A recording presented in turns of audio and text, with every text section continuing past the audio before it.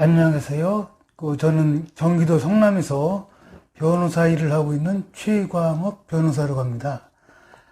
오늘 첫 유튜브 방송인데요. 오늘은 제가 그동안 공부해온 비결에 대해서 말씀드리도록 하겠습니다. 공신 공부의 비결입니다. 최변 이야기. 제목이 이렇습니다. 대학 입학시험, 기타 입학시험, 각종 자격시험에서 많은 사람들이 사당 오락이니 하고 밤을 새워 공부하면서 공부 열정을 불사르지요. 그런데 여러분, 어떤 사람은 별로 공부하지도 않는 것 같은데도 좋은 성적을 거두고, 어떤 사람은 밤을 새워 노력하는데도 노력에 비해 좋은 성과를 거두지 못하는 경우가 상당히 있지 않습니까? 왜일까요? 물론 노력조차 하지 않는다면 아예 성과 자체도 기대할 수는 없겠지만, 그렇게 열심히 노력을 하고도 좋은 성과를 얻지 못한다면 참으로 안타까운 일이 아니겠습니까? 저는 시골 면단위 중학교를 나오고도 고위 면학고에서 아주 우수한 성적을 받은 것으로 알고 있습니다. 그리고 1980년대에 서울대학교 법과대학에 입학하였습니다. 그리고 군에 다녀온 후 사법시험에서도 아주 우수한 성적을 거둔 것으로 알고 있는데, 하여간 이러저러한 사정으로 판검사 임용이 안 되어가지고 변호사 생활을 하고 있습니다. 저희 고향 동네 후배들은 제가 공부하는 것을 보지도 못했고 자신들이랑 똑같이 놀고 그랬는데 언제 공부했냐고 합니다. 제가 공부하는 데 특별한 비결을 가지고 있을까요? 아니면 제가 머리가 특출나게 좋을까요? 꼭 그런 것만은 아닐 거라고 생각합니다.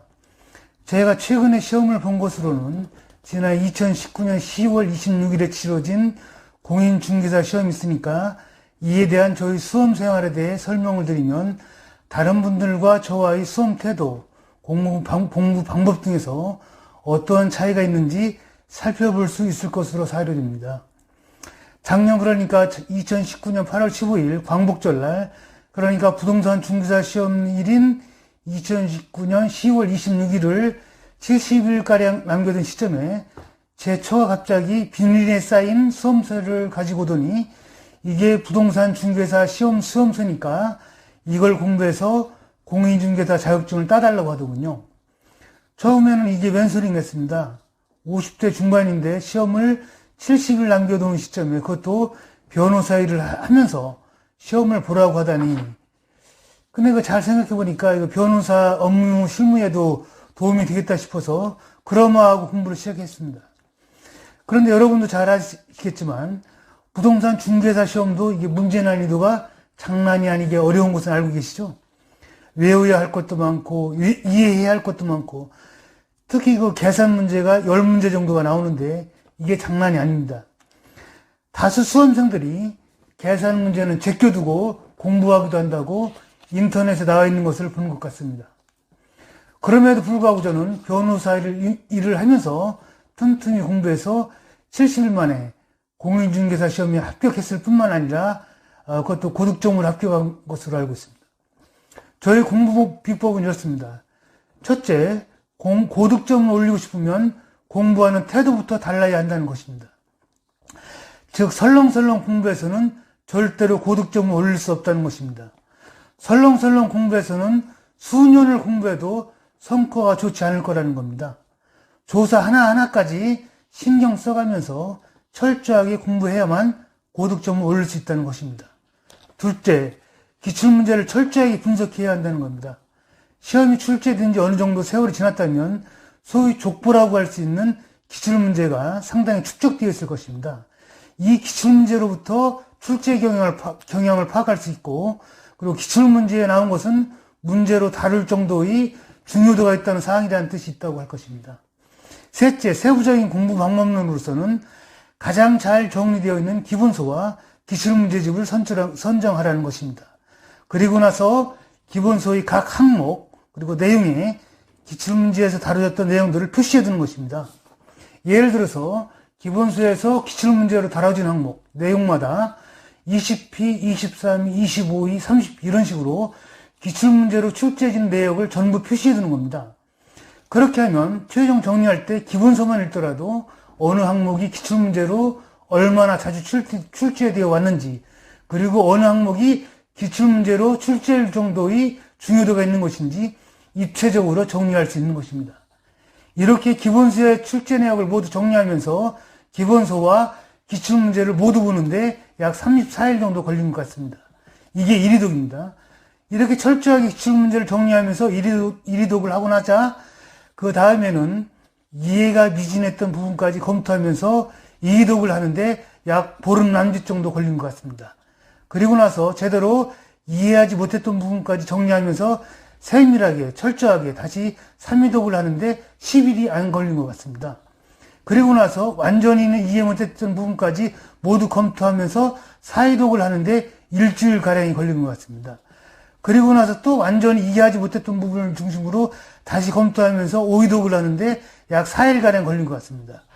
그리고 나서 마지막 날 저녁에 기출된 계산 문제만 집중적으로 검토하고 새벽 4시에 잠을 자고 나서 시험 치러 갔습니다. 이렇게 가급적이면 철저하게 1위독을 하고 나서 그리고 다음 회독부터는 이해가 미진했던 부분을 중심으로 다시 철저하게 회독수를 늘려가면 회독수가 많아질수록 전체 내용을 보는 시간이 기하급수적으로 단축된다는 것을 파악하셨을 것입니다. 이렇게 회독수를 늘려갈수록 전체 내용을 보는데 시간이 기하급수적으로 단축될 수 있어야 시험 당일 압축적인 지식과 이해를 바탕으로 문제를 쉽게 풀 수 있는 것으로 생각됩니다. 이해와 지식이 압축되어 있지 않은 상태에서는 시험 당일 자신의 실력을 모두 시험에 집중하여 투입할 수가 없게 되는 것이라고 생각됩니다. 여러분 죄송한 말씀입니다만 한 가지 비유를 하겠습니다. 깨끗한 얘기는 아닐 수 있겠습니다만은 저는 저희 집 애들에게 이런 얘기를 합니다. 옛날 수세식 화장실 아시죠? 물이 적정량 한꺼번에 쏟아져야 화장실 기능이 잘 되지 않습니까? 쫄쫄 조금씩 물이 나와서는 화장실 기능이 잘 되지 않지요. 바로 이겁니다. 시험에서도 압축적인 지식과 이해를 시험 당일에 한꺼번에 쏟아부을 수 있어야 합격이나 더 나아가 고득점을 얻을 수 있는 것입니다. 이 점이 수험 공부 등 공부를 효율적으로 하는 방법이 요체라고 생각됩니다. 즉 투입 노력, 시간 대비 성과를 극대화할 수 있는 방법이라고 저는 생각하고 있습니다. 그리고 저만의 공부법으로는 잠을 충분히 자고 깨어있는 시간에 열심히 한다는 것입니다. 저는 매일 8시간 정도는 자야 컨디션이 유지되는 편이라 잠자는 시간이 아깝다는 생각을 하지는 않습니다. 잠을 충분히 자서 좋은 컨디션으로 공부를 해야 능률도 오른다는 생각을 갖고 있습니다.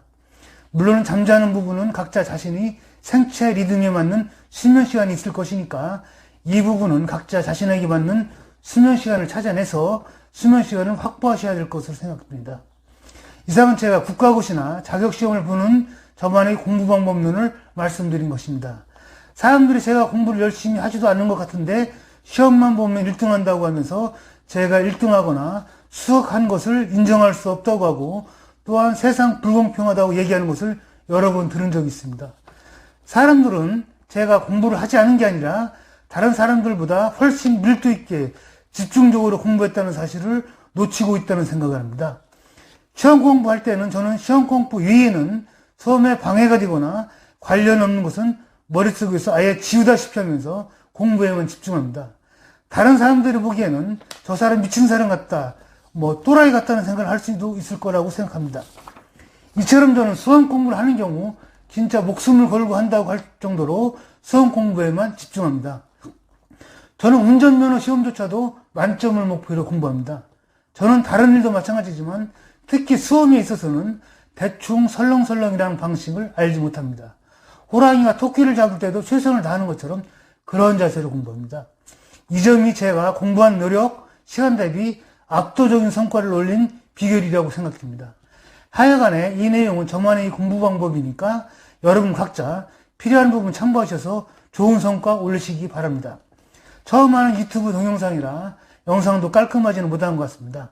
차후 여건이 허락된다면 다양한 주제에 걸쳐서 더 좋은 내용과 영상으로 여러분들을 다시 찾아뵐 것을 약속드립니다. 감사합니다. 건강들 하십시오.